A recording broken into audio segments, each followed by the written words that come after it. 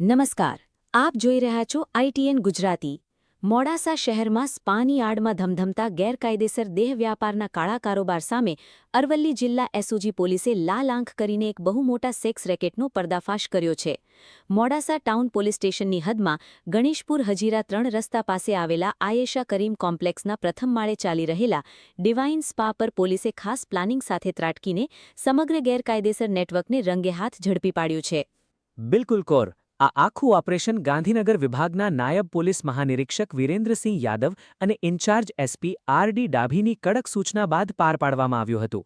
SOG PI PB Chaudhary અને PSI AH રાઠોડની ટીમે આઈયુસીએડબ્લ્યુ શાખાના સ્ટાફને સાથે રાખી પંચોની હાજરીમાં એક ડમી ગ્રાહક મોકલીને ઓપરેશન ડિવાઇન ગોઠવ્યું હતું.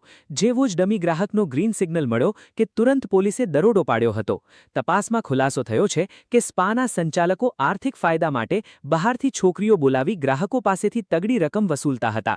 પોલીસે આ મામલે ધી ઇમમોરલ ટ્રાફિક એક્ટની કલમ 3, 4, 5 મુજબ દિલ્હીની 33 વર્ષીય પ્રતિમાદેવી મિશ્રા અને દીપક થામલા વિરુદ્ધ મોડાસા ટાઉન પોલીસ મથકે ગુનો નોંધી કાયદેસરની કાર્યવાહી હાથ ધરી છે. પોલીસની આ કડક કામગીરીથી ગેરકાયદેસર ધંધા કરતા તત્વોમાં ભારે ફફડાટ વ્યાપી ગયો છે. મોડાસાથી ITN ગુજરાતી. વધુ ખબર માટે જોતા રહો ITN ગુજરાતી પર. નાયબ પોલીસ મહાનિરીક્ષક શ્રી વિરેન્દ્રસિંહ યાદવ સાહેબ, ગાંધીનગર રેન્જ તથા જિલ્લાના ઇન્ચાર્જ પોલીસ વડા શ્રી આરડી ડાભી સાહેબની તરફથી સૂચના આપવામાં આવેલી કે જિલ્લામાં ચાલતા જે સ્પા સેન્ટરો છે એની તપાસ કરવી અને ત્યાંથી કોઈ દેહ વેપાર જેવા ધંધાઓ ચાલતા હોય તો એના વિરુદ્ધમાં કાયદેસરની કાર્યવાહી કરવી.